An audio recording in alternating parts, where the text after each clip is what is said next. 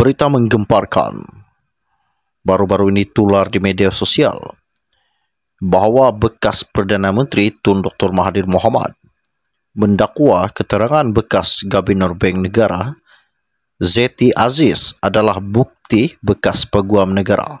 Apandi Ali mengabaikan tugasnya. Dan dalam hantaran di media sosial, Mahathir turut mempersoalkan mengapa kerajaan ketika pimpinan bekas Perdana Menteri Ismail Sabri Yaakob menyelesaikan saman pemecatan Apandi di luar mahkamah.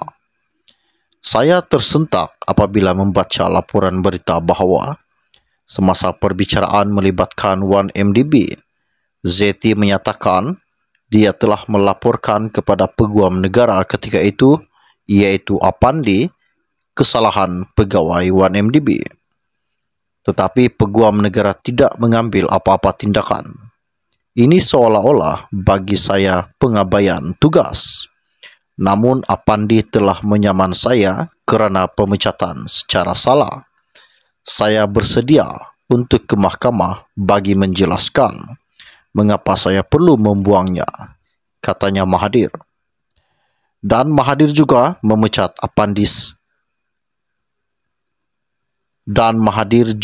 memecat Apandi sejurus selepas PH membentuk kerajaan pada Mei 2018 dan menggantikannya dengan Tommy Thomas.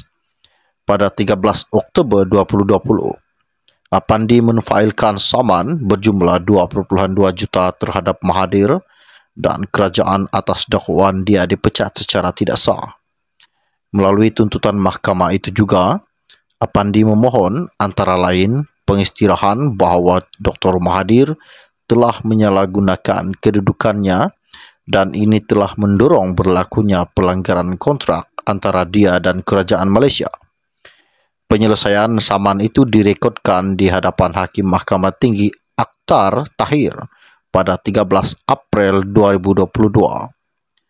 Dalam keterangannya ketika perbicaraan pada 27 Julai lalu, Zeti mengesahkan bahawa pada 13 Ogos 2015, BNM menyerahkan kertas siasatan IP kepada AGC dengan syor untuk memulakan pendakwaan jenayah dan mendakwa 1MDB termasuk pegawai kanannya.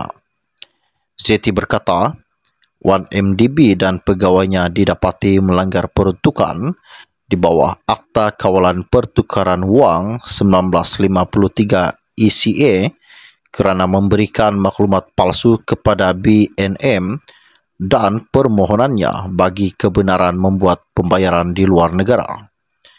Di sebalik semua bukti yang dikumpulkan dan direkodkan oleh BNM dalam IP mengenai 1MDB yang dikemukakan AGC ketika itu, atas sebab yang tidak diketahui pada 11 September 2015, memutuskan bahawa IP yang dikemukakan oleh BNM dikualifikasikan sebagai tiada tindakan lanjut NFA, katanya Zeti.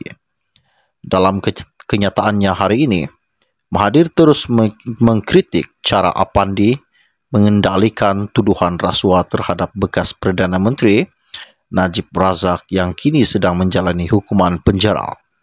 Satu lagi contoh keputusan salah Apandi ialah menolak semua kes terhadap Najib. Namun apabila seorang lagi peguam negara Thomas membawa kes Najib ke mahkamah, 3 mahkamah dan 9 hakim mendapati Najib bersalah.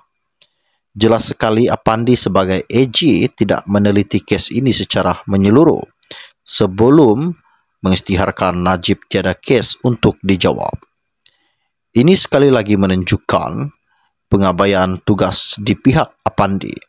Namun apabila dia menyaman kerajaan dan saya kerana pemecatan secara salah, kerajaan bersetuju untuk menyelesaikan kes ini di luar mahkamah dan memberikan Apandi sejumlah wang yang tidak diketahui untuk menggugurkan tindakannya menyaman kerajaan dan saya, katanya Mahathir. Dan beliau juga berkata lagi, ini bermakna kerajaan bersetuju bahawa beliau telah dipecat secara salah. Saya bukan pihak dalam penyelesaian ini. Saya tidak bersetuju bahawa saya telah memecat Apandi secara salah. Kini laporan bahawa beliau gagal mengambil tindakan terhadap laporan oleh Bank Negara membuktikan beliau tidak menjalankan tugasnya sebagai AG. Ini mewajarkan lagi pemecatannya sebagai AG. Bahawa AG seperti itu diberi pampasan dengan jumlah yang tidak diketahui tidak menggambarkan dengan baik kedaulatan undang-undang di negara ini, ujarnya bekas Perdana Menteri Tun Dr. Mahathir Mohamad.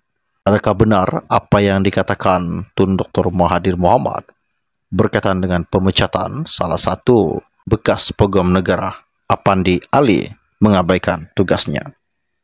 Sekian info ringkas dari saya untuk Anda. Kita akan berjumpa lagi. Salam jumpa dan salam kenal. Bye-bye.